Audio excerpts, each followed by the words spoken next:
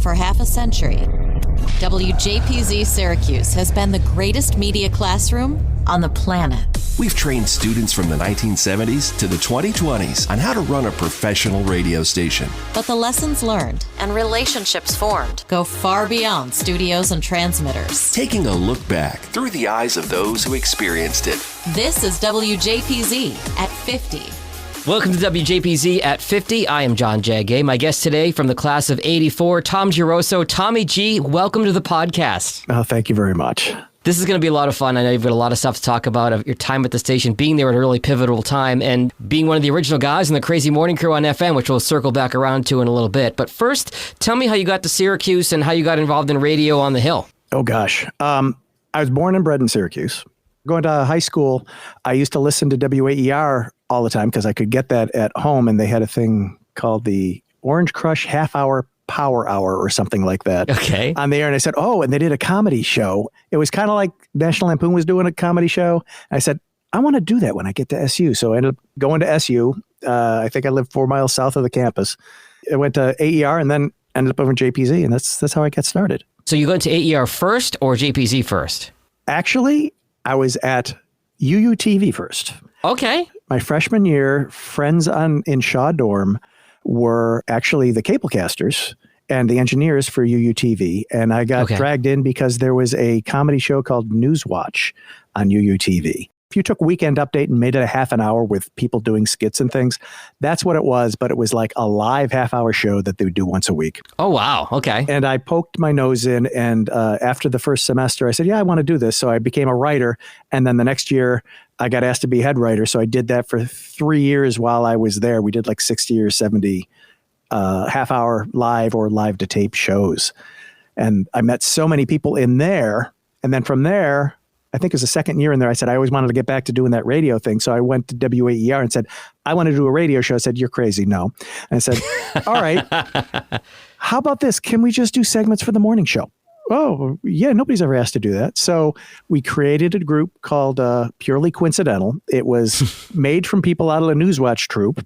And we would alternate writing these 5-minute comedy bits and segments and whatever. And we did that for like 2 years until the station got taken over. Okay. A lot of people wonder about how AER and JPZ happened and was there, everybody moved over. I would say a handful of people moved over once AER was taken over by the university. There was a lot of struggle in those years. And in fact, there's a Facebook group for those of you who are recovering WYYY people that still have, an axe to grind against the university for taking away their toy. Let me take a quick detour here, Tommy, because it just so happens we're recording this interview on the day that we released the episode with 4 of your classmates about getting the station on FM. Yeah. Tell me about your perspective from inside AER. I know it's a JPZ podcast, but just for some color here, tell me about what it was like at AER when the university said, we're going to come in and be an NPR affiliate, and it's not really a student radio station anymore.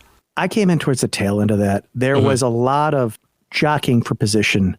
The university kept putting in people to take over the station so that it will make money for NPR. Okay. The students fought back and were very smart in a lot of the ways they did, but they had to give up ground each time they did it.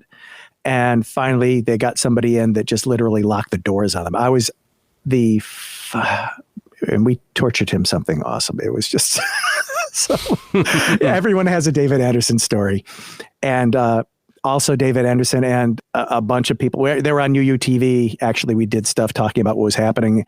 And Purely Coincidental did some active stuff. We actually did advertising, and we did a whole thing with behind the scenes. I think we did some Star Wars parodies of the whole thing as, Tell me you made him Darth Vader. Yes, he was Darth Vader, of course.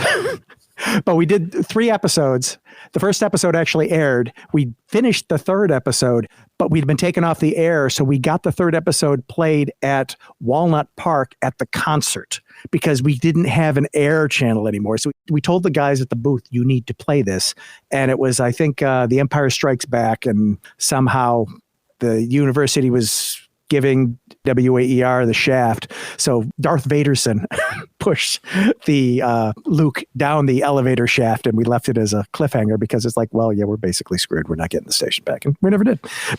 So the parody pieces, they were done for UUTV or done as just audio for AER, and you weren't able to air it on AER? They were audio for AER for probably about a year. We did 3 to 5 minute segments that would air twice a morning, like twice a week during the morning. Yeah. So that was like a comedy troupe that we were with. But the Star Wars spoof, that was audio only, and so you played it at the concert. They're all audio only. Okay. And were you able to sort of skewer them on TV? No, the UUTV stuff was actually was a press conference that we had between I think it was between Sean and Dave, and they actually talked, and I think Faith Weber did an interview with them. It was like one of the SU News shows.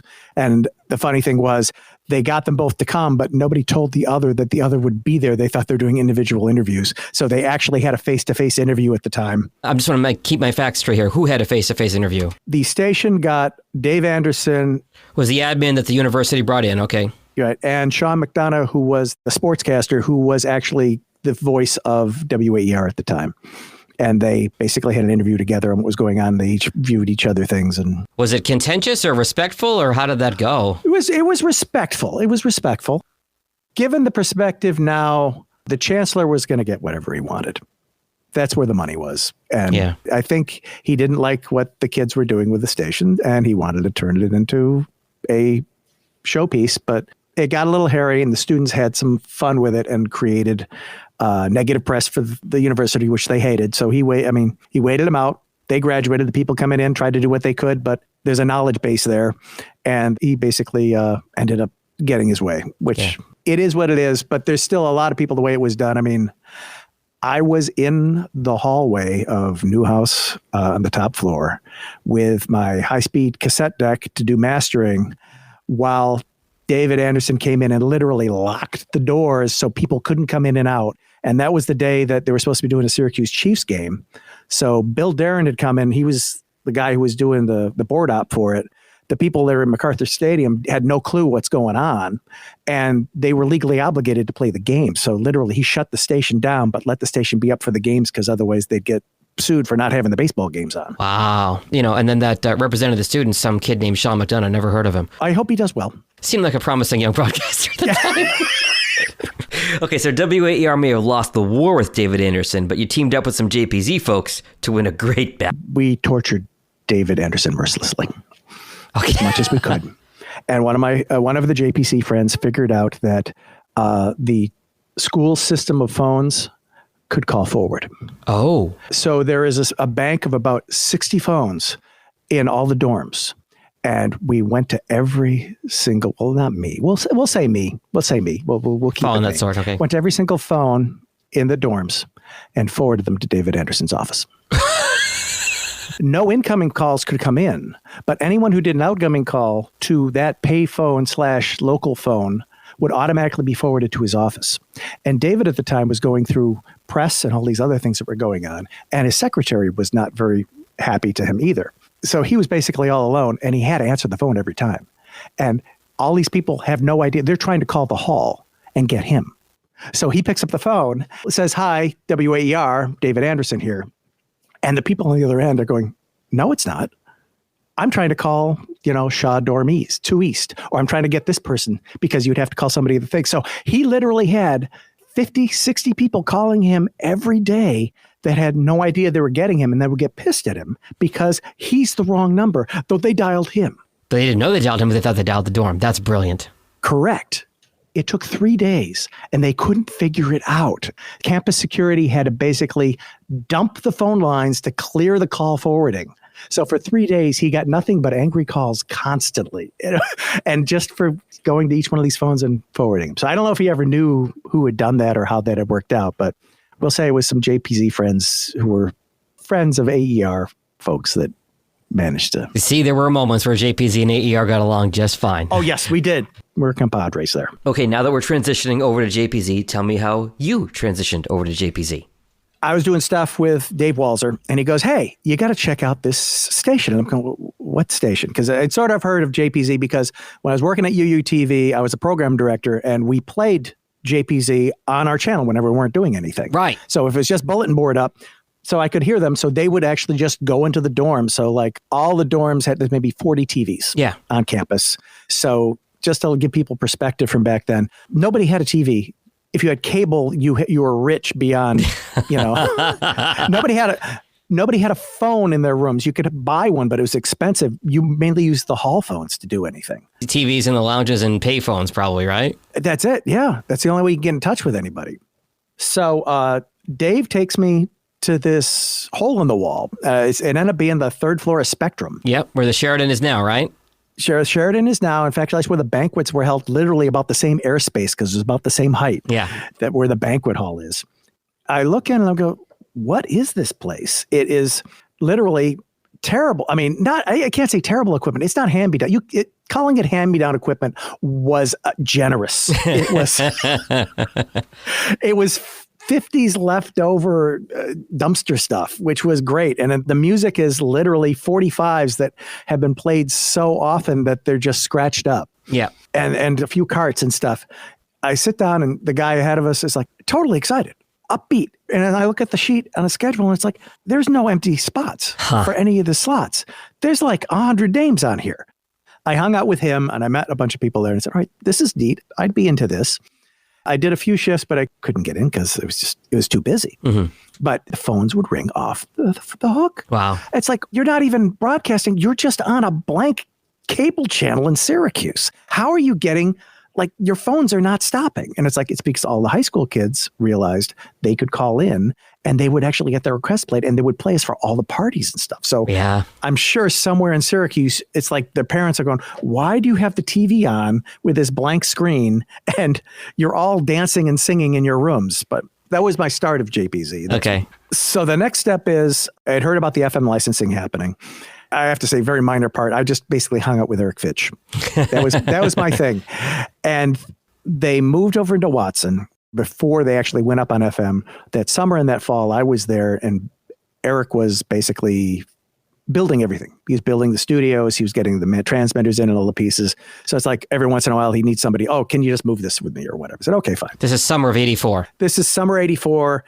So I brought a bunch of my stuff into the production room just because, well, you don't have any records yet. You don't have this other stuff. So I started having fun in the production room as well. So it was crazy that summer there was hardly anybody around, but still everybody wanted to do shifts. It was crazy. A lot of people still called. They were all excited about the station, but they're going, when are you going FM? So word had gotten out to like the listeners that this was happening. It was a big thing in town that they knew that was happening. And I mean, obviously they actually got it live on the air when they did the open. They did a live TV remote for, I think Channel 3 came in and covered them with a truck. And I'm going, that was a huge deal to have everybody around. It's like hundreds of people in Watson Theater. I might have been in one of the hallways somewhere was their panning cameras, and they were all excited because even the anchors were in the back room pretending they were DJs and that type of thing. It's funny, whenever you work in radio professional, like getting TV coverage is kind of like the holy grail. And so this is obviously a big deal. And it was a big deal because it was a major radio station in the market at that point. There's no social media. You forget. Yeah. The DO was the way you got your information. There was no other way to get it because none of the Syracuse media are going to cover anything. So most of the backdoor way of getting stuff was either the Syracuse New Times, which is the weekly that was there at the time, or the DO, which is great. Frighteningly, it's all the connections that I was able to make through JPZ and other groups. But it's like when I was living in Shaw, I was in the media section of Shaw. They did groups together. And at that time, I think it was the head of the DO, the head of like a bunch of the magazines, the TV station folks were all there. The radio stations of both channels were there. And it's like these 40 people were all clustered in one spot. So we literally, if something was going on, you could just say, hey, this is coming up. Can you do that? Oh, and we talked to the DO. It's like, wait a minute. How do we get this story on? Oh, yeah, Kevin, can you do something tomorrow's paper for this? Because we're doing this. So it's like unbelievable networking in that small cluster of people because you'd be able to get the word out, I guess. Yeah. One thing I want to ask you about is the Crazy Morning Crew. You were one of the OGs when going on FM, one of the original morning show guys, right? Yes, I was. I got to say, Dave Levin, I'm not sure what his title was, but basically he found all the people that were kind of creative and just threw them all into the morning show. I love it. They were going to call it the Crazy Morning Crew. And the original crew was, see if I can remember it, it was Mary Mancini and Mark Humble, OK Dave Bosco, Danny the K Class, and Happy Dave Dwyer were another group. And then it was Sonic Sookman, who is Scott Mercer, and myself were producers. Okay. So if you think about it this way, there was 2 producers, 5 DJs, 3 sports guys, and 3 news guys, all crammed into Watson doing a morning show. Love it. It was nuts. You must have some incredible stories from those days of doing the morning shows like that. You've done the UUTV thing, you've done AER, but here you are, you're now on FM doing a morning show on what was the time, a very big time radio station. Yeah, we had too much fun. What stories are appropriate for the podcast, Tommy? It's like, what is the statute of limitations up on? That's the question. We're coming up on 40 years. I think you're clear on most of it. Yeah, I think I'm clear on most of it. I don't know the big Mike stories.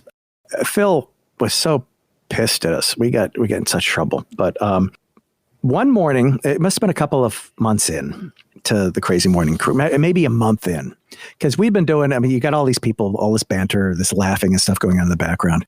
And Y94 was the number 1 station, and Phil was running it.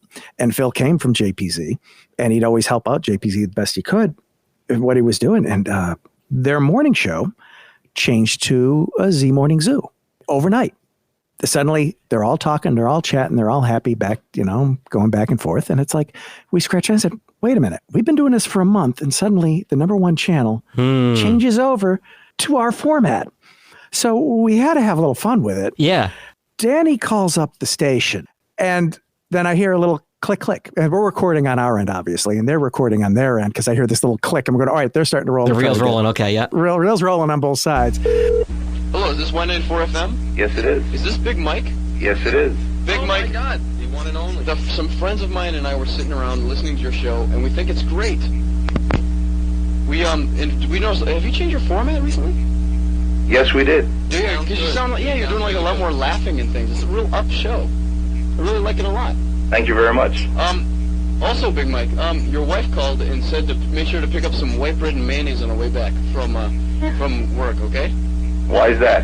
I don't know, she called here for us, she got the wrong number, she said, oh, isn't Big Mike here? And we said, well, no, Big Mike's not here. Big Mike's a DJ at Y94 FM. What fucking idiots is this that I'm talking to? Can we say that on the air? Here. You can't say that on the air, Big Mike. What shit can I say on the air? He's being, are you being, no, they're screaming in the background, I'm sorry. Oh. He's being big for his britches, I think. Oh, no. Big Mike, thanks a lot for calling. We'll let you know how the pictures come out. Okay? Thanks a lot for calling. Bye-bye. We hit a nerve, and we have no idea what the hell happened. We literally just calling them up.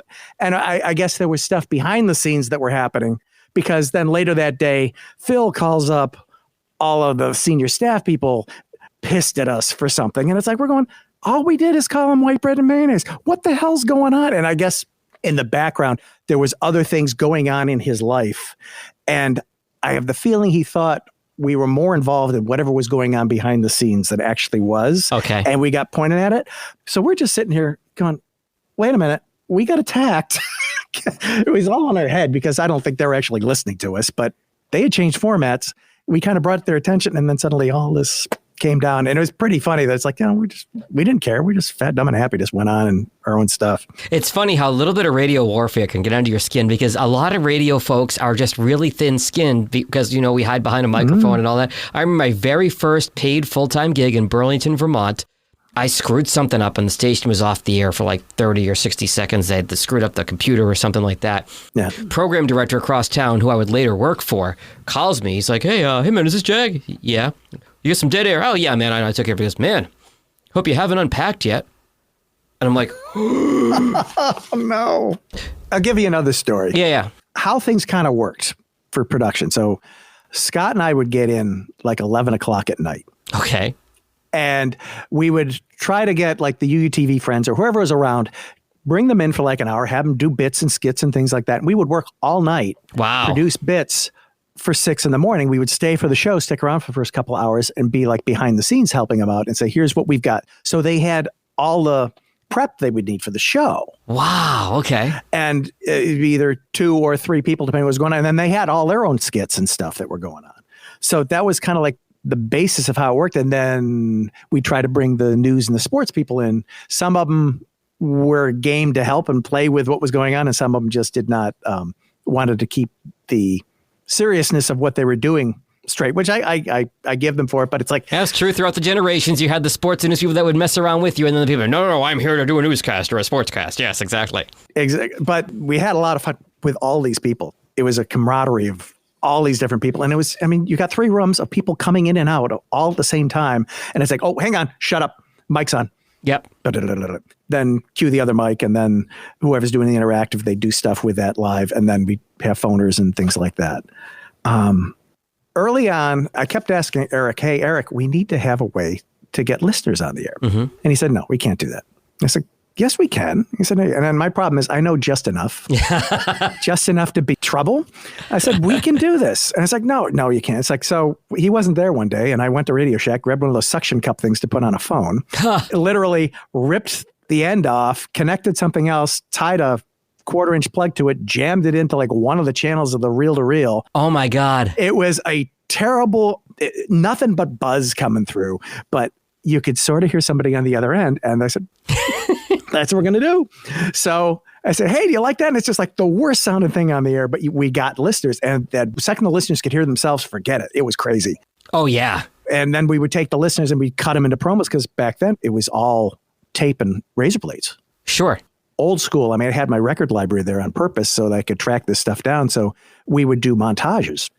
So we did a crazy montage with 20 different cuts of crazy from different music or people or sound effects or comedy albums or whatever. And just so you hear like that going around with a music bed, and that's what we play for like the top of the hour. Or oh my God, a morning with all these, Al Jolson singing in the morning, and all these the Beatles singing in the morning, and good morning. Oh, sometimes the early, late early morning. In the morning. Wake in the morning. You wake up in the morning. Get up in the morning. You get up every morning. Morning.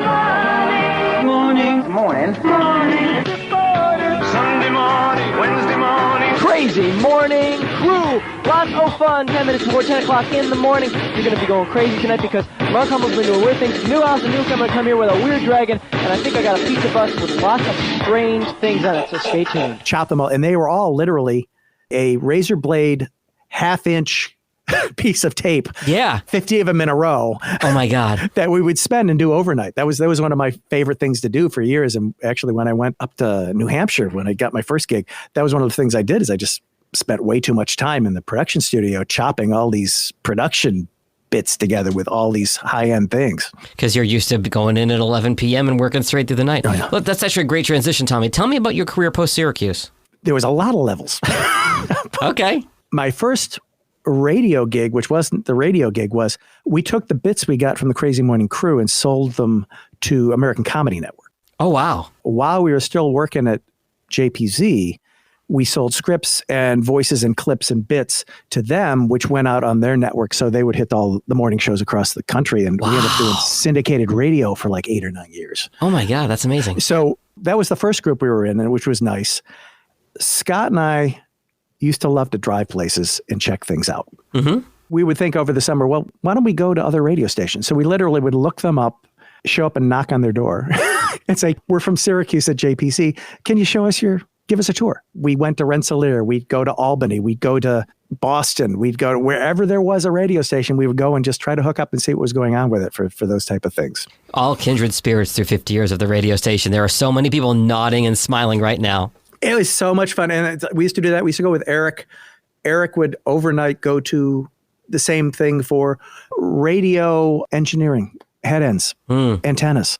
And he said, it's 2:00 in the morning. Let's go. I think this engineer is working, because all the engineers would be working overnight, because that's when you can work on the transmitter and do your maintenance. Yeah. So it would be nothing like, all right, well, we're driving to Canastota for, it's like, I think somebody's there. So it's like, Eric, why are we here? It's like, because I want to talk to the engineer. Okay, we'll hang out. Oh my God, that's amazing. And it was amazing to see. It's like, wait a minute, we're like in the back, we're in the bowels, and the antenna's in the back, and you look up and there's like, that's that 500-foot antenna that we always drive by. Wait a minute, we're right here. And oh yeah, don't touch that, by the way. That's 100,000 watts or whatever. Yeah, that'll fry you. Okay, we're staying away from that. But that was so much. I told you I ramble. No, that's fine. All right, so tell me career-wise, post-Syracuse, yep. So the syndication is part of the levels. I've had a billion jobs, I guess. Syndicated radio was nice, and that built up. I moved out to Boston area. My first gig on the radio was WCEA, your station at the sea. Huh. My sister was out here, and I was living at her house, and we were trying to get gigs on this AM station. They didn't have any slots specifically, but they did have a live assist for the Red Sox game. So I took that for a few weeks. Okay. And I met a lot of station people there. And then while I was hitting every station up in the area to say, well, I want to do production, I want to do DJ, ultimately want to do a morning show or work on a morning show. Ended up getting a gig up at WHEB-FM in Portsmouth, New Hampshire. Mm-hmm. I had the weekend board assist to cover all the Westwood One stuff. Okay, yeah. So I would play On the Record, I'd play Dr. Demento, I'd play all of those things, and whatever the programming was, then their spots, and then you'd have to play the local spots on top of it, and then you do a top of the hour and talk, and then get back out. So you're barely on the air at all, right? But you're just running the board. And through that, I ended up meeting the morning show guy, Jim Rising, so I ended up producing some bits for his show before he moved on. Off and on between 3 or 4 DJs, I was up there for 5 or 6 years probably, which was great. And the second time around was Rising with Fran, I think. And that was like primo fun game because it was myself and the other Boffo Yux dude, Pat Loftman /Murphy/Montello. He goes by different people. I know your email is Boffo Yux. What's the origin of the name Boffo Yux? In 85, Scott, Pat, and I started a group called the Boffo Yux Dudes because once we'd sold ACN stuff, we said, we can do this. This is easy. It's like, you're idiots. You don't know how hard this stuff is. Oh yeah, we can start a comedy group and we'll send these things out to all these morning shows and we'll do our own syndication. So we did a demo for the syndication. One of the things that we had decided was Scott had put a thing in the liners of the stuff.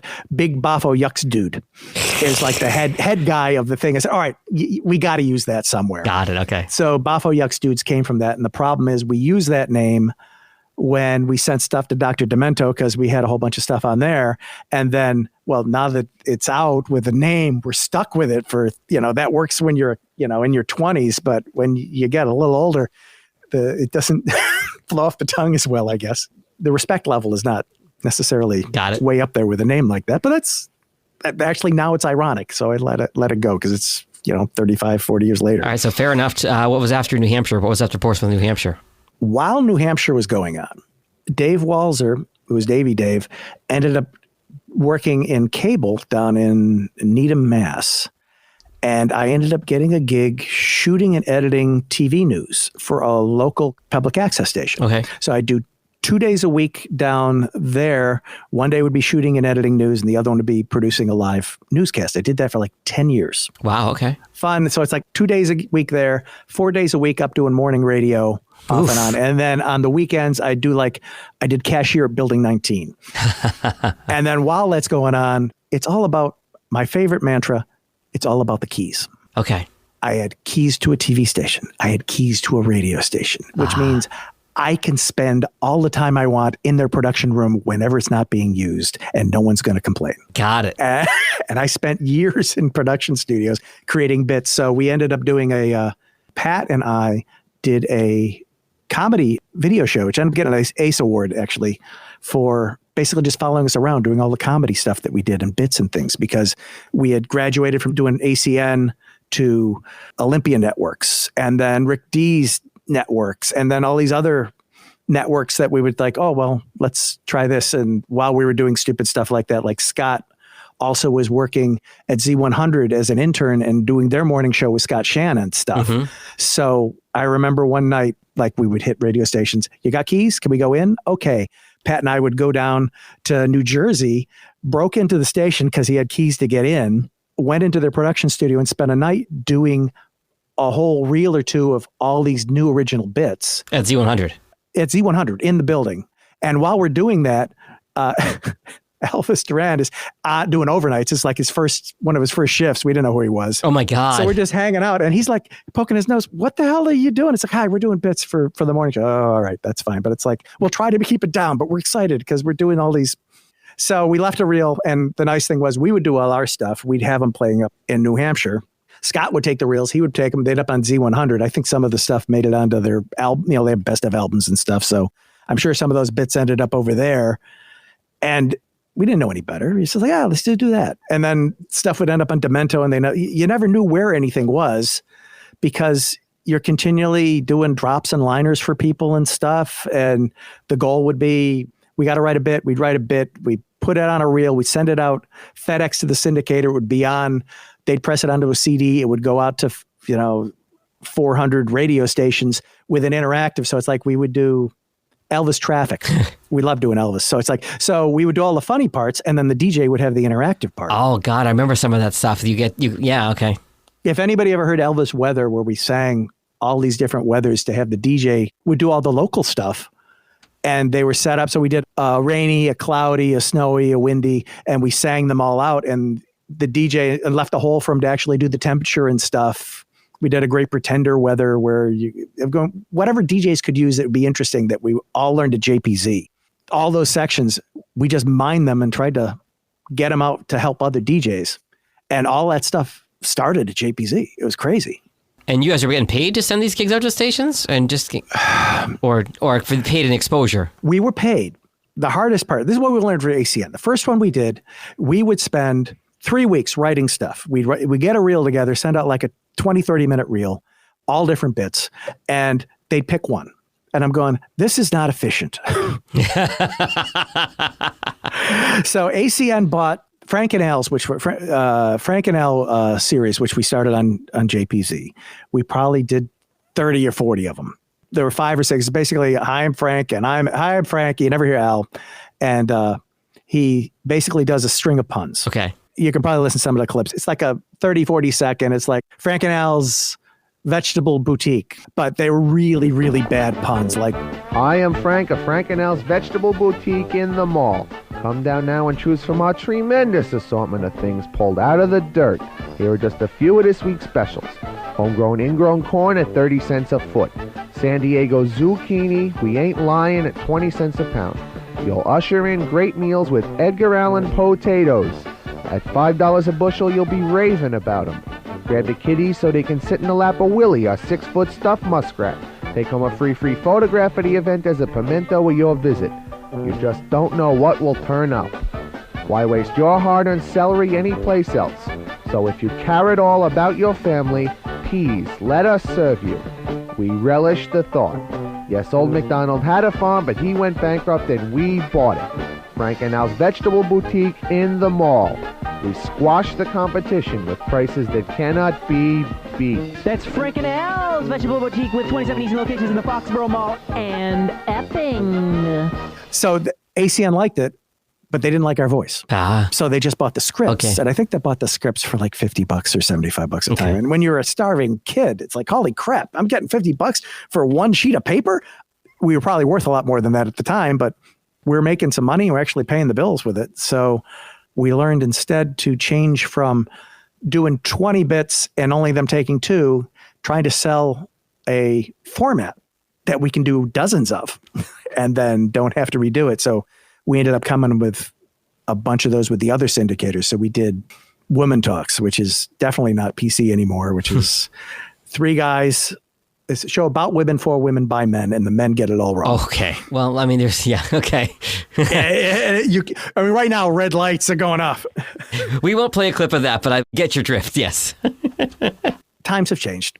We'll put it that way. But we tried to be respectful, and we tried to punch upward whenever we're doing anything. So what else have you done career-wise beyond everything you've described so far? For a while, I worked at New England Cable News. Mm-hmm. I was in master control there. That was, I think, in between a couple of the cable gigs. So when I stopped doing the news gig, I ended up going to regional news instead. Yep. And then after that, I ended up getting into an operations manager position in Lawrence at the local cable station. And then that kind of went away after about a few years because I made it through 5 cable TV mergers. Wow, that's impressive. Which I was proud of, but the last one got me. Yeah. But I was producing different shows and stuff, and then took a little break, and then I ended up in the current job I'm in now, probably in 2003 or 4, which is running a PEG access station in Salem, New Hampshire. Okay, great. It's a different level, but it's actually very satisfying in a lot of different things. I'm inside the high school. I get to teach kids. I get to have fun with that. But I'm not directly teaching the kids, but we have like a film club. So we're located in the high school, and we utilize them as volunteers for different productions and things that we do. And we also produce the municipal meetings and things of that nature. And while I've been doing that as a sideline, which is not paid, is I hadn't been doing comedy for a long time or bits or anything. So my latest one was I started hooking up with Al Morgan, who used to be in one of the comedy things down at Syracuse, probably about 10, 12 years ago, because I had wanted to do some music. So we did songs and things like that for this contest. And I ended up hooking up with all these internet music producers. Okay. So I can't say I founded it, but I was definitely a part of all these different ways. Basically, a group of people get together and they're given a prompt or a challenge. Mm-hmm. And they have X amount of time, like a week, to write a song using that, either the song title or that challenge. And then all those songs get gathered together after a week. And what I've been doing is I'm actually the guy who's been hosting it and play them. Okay. And then it goes out that way. And then I host it live, and then people get into the chat room and they can all say they like it or they don't like it. And there are different contests. So I've been doing SpinTunes for 10 years. I've been doing Song Fight for probably that Narine for a while. And it's all these different internet groups that basically people in their basement, or it could be a full band, create a song to these prompts. And I've literally played 2,000 or 3,000 original songs that people have taken less than a week to write. Some of the stuff is magic. And probably with Al, personally, we probably have written 100+ songs. That's awesome. Maybe 2 or 3 of them are worthy of play, but we enjoy doing them. And it's like, it's the process to being creative on how are you going to answer that challenge. It's fun, but a little crazy. As we start to wrap up here, Tommy, any lessons that you haven't mentioned that you took with you from JPZ, or relationships that you've been able to carry on throughout the years because of JPZ? Oh, gosh. I really wish I could reach out to these people that I knew for so long at JPZ. Some I do connect, and other people, it's like, how often do you get a chance to see them on Facebook? There were so many crazy people that I was able to meet and have a nice relationship with. And I appreciate them all because I learned so much from all of them. Mm-hmm. It was one of the happiest and saddest times of my life when I was at JPZ, specifically during the Crazy Morning Crew, because that was when my father was passing away. Ah, okay. So he was ill in a hospital up the street. And it was a very nice, positive way to get. That's why I'd focused so much time. And I turned it into a job and turned it into a livelihood for quite a few years. So it was very nice. And everybody was so nice and welcoming in what was going on and making it happen. But I hadn't really told most of the people. Only a few knew what was going on at the time. Wow. But it was good. It was, I mean, I hate to bring it down, but. And let me say this, what you're describing is just been a common thread throughout the different episodes of this podcast is the family of JPZ. Oh, yeah. Whether we're laughing hysterically and still laughing at these stories decades later, or leaning on each other during difficult times. You know, I go back to the 9/11 episode that we did where none of us knew what was going on, and we were just, what do? We find our family there at the radio station. And it sounds like that's what you were doing when you went through a really difficult time in your life. Oh, yeah. No, I didn't really pass it on too much, but everybody was supportive around me. Last thing, you said you want to try to get sort of a morning show reunion. You want to get together a group of all the folks who did the morning show on JPZ, right? I would like to have the morning JPZ club together, because I went to the first banquet and then I went to the 25th banquet. And the first one, we were so obnoxious because we had barely left before. And I dragged actually Pat to the first one because he's going, who are all these people that you're talking about? Right. Because Scott and I would do all these stories. And it's like, oh, here's the thing. And he got to meet them. And it's like, oh, hey, cool. Yeah. More friends.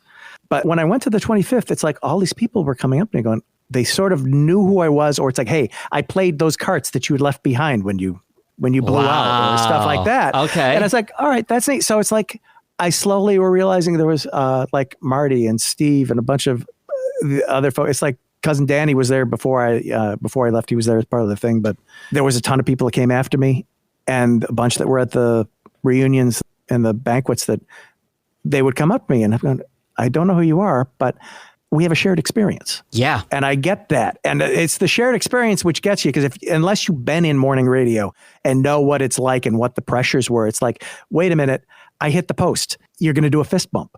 And everybody around you will go, what's the big deal about that? I'm going, no, he hit the post.